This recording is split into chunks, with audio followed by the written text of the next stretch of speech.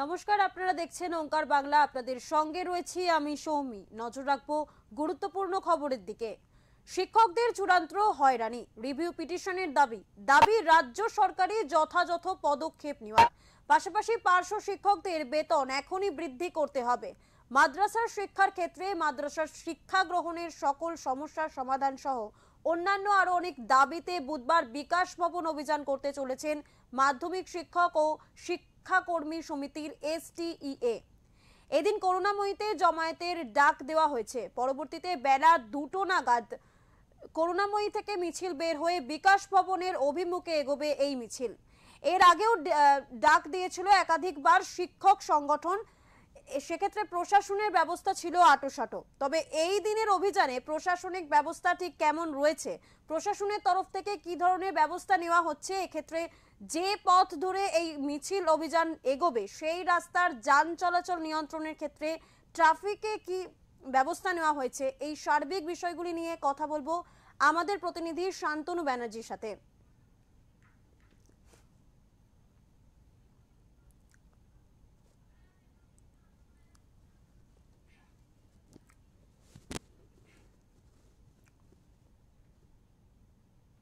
এই মুহূর্তে আমাদের সঙ্গে ফোনে রয়েছে আমাদের প্রতিনিধি শান্তনু ব্যানার্জি। শান্তনু, তোমার থেকে জানতে চাইবো যে এই মুহূর্তের আপডেট ঠিক কি রয়েছে এবং তারা কি মিছিল শুরু করেছে, কি জানা যাচ্ছে? হ্যাঁ দেখো, মিছিল এখনো শুরু হয়নি, কিন্তু মিছিল করার জন্য যে প্রস্তুতি, অর্থাৎ বিভিন্ন জায়গা থেকে দলে দলে পার্শ্ব শিক্ষক এবং মাদ্রাসা শিক্ষকরা এসে উপস্থিত হচ্ছেন। তোমাকে একটু জানিয়ে রাখি যে আজকে যে এই বিকাশ ভবন অভিযান, তার মুখ্য উদ্দেশ্য হচ্ছে যে পার্শ্ব শিক্ষকদের যে বেতন, সেই বেতনের বৃদ্ধির তারা একটা দাবি জানাচ্ছে এবং পাশাপাশি মাদ্রাসা শিক্ষকদের বিভিন্ন রকম সমস্যা রয়েছে, সেই সমস্যাগুলিকে একত্রিতভাবে নিয়ে টেট উন্নয়নের শিক্ষকদের একটা অংশ আজকে বিকাশ ভবন অভিযানের ডাক দিয়েছে। এবং সেই বিকাশ ভবন অভিযান আর কিছুক্ষণের মধ্যেই শুরু হবে।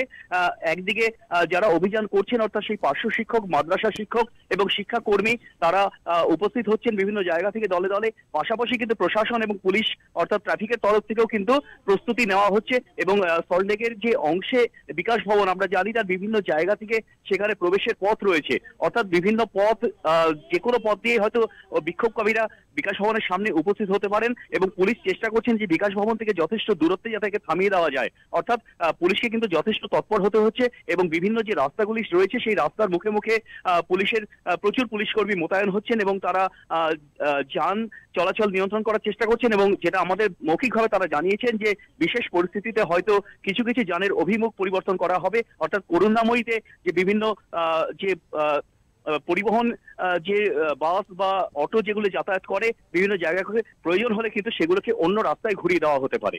সৌমি, তোমার থেকে জানতে চাইবো যে এই মিছিলে পুলিশি তৎপরতা ঠিক কি রয়েছে, কি জানা যাচ্ছে?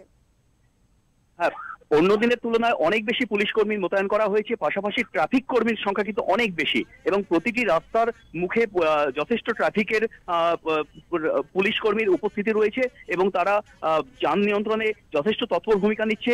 যদিও এখনো পর্যন্ত তারা পার্শ্ব শিক্ষক বা যারা রয়েছেন শিক্ষাকর্মী, তাদেরকে যাতায়াতে কোনো বাধা তো দেননি, কিন্তু যেটা জানানো হচ্ছে যে তারা কিন্তু বিকাশ ভবনের কাছাকাছি যদি পৌঁছানোর চেষ্টা করে তখন কিন্তু তাদের বাধা দেওয়া হবে এবং এই শিক্ষকরা যাতে বিকাশ ভবনে খুব কাছাকাছি পৌঁছতে না পারে তার জন্য বিভিন্ন যানবাহনকে অন্যান্য রাস্তা দিয়ে ঘুরিয়ে দেওয়া হতে পারে আর কিছুক্ষণ পর থেকে। একেবারেই শান্তনু, তোমার থেকে আরো একবার জানতে চাইবো যে এই যে আজকের আন্দোলনকারীদের মূলত দাবি ঠিক কি রয়েছে, দর্শকদের উদ্দেশ্যে যদি আরো একবার জানাও। তারা যেটা বলছেন সেটা হচ্ছে যে টেট পাশ যে উত্তীর্ণ শিক্ষকরা রয়েছে তাদের যে চাকরি, সেই চাকরি যদিও এখনো পর্যন্ত তারা বেতন পাচ্ছে, কিন্তু তারা বিভিন্ন রকম ভাবে হয়রানির শিকার হচ্ছে। তারা যে শব্দটা ব্যবহার করছেন তারা হচ্ছে হয়রানির শিকার, অর্থাৎ তাদের কাছে বারে বারে বিভিন্ন কাগজপত্র দাবি করা হচ্ছে, তাদেরকে বিভিন্ন দপ্তরে বারে বারে উপস্থিত হয়ে তাদের যে কাগজপত্র সেগুলিকে দাখিল করতে বলা হচ্ছে এবং একই কাগজপত্র বারংবার বিভিন্ন দপ্তরে তাদেরকে পেশ করতে বলা হচ্ছে।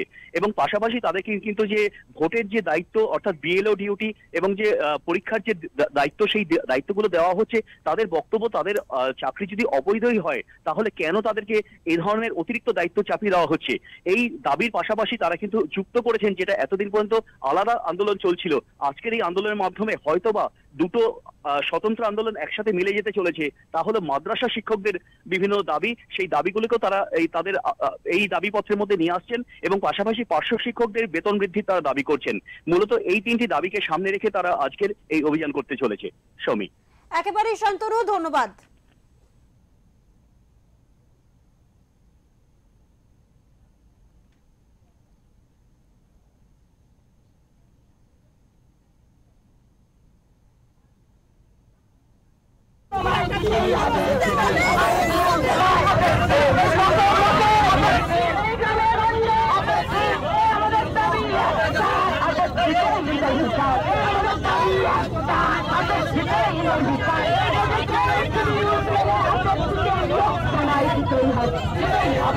হবে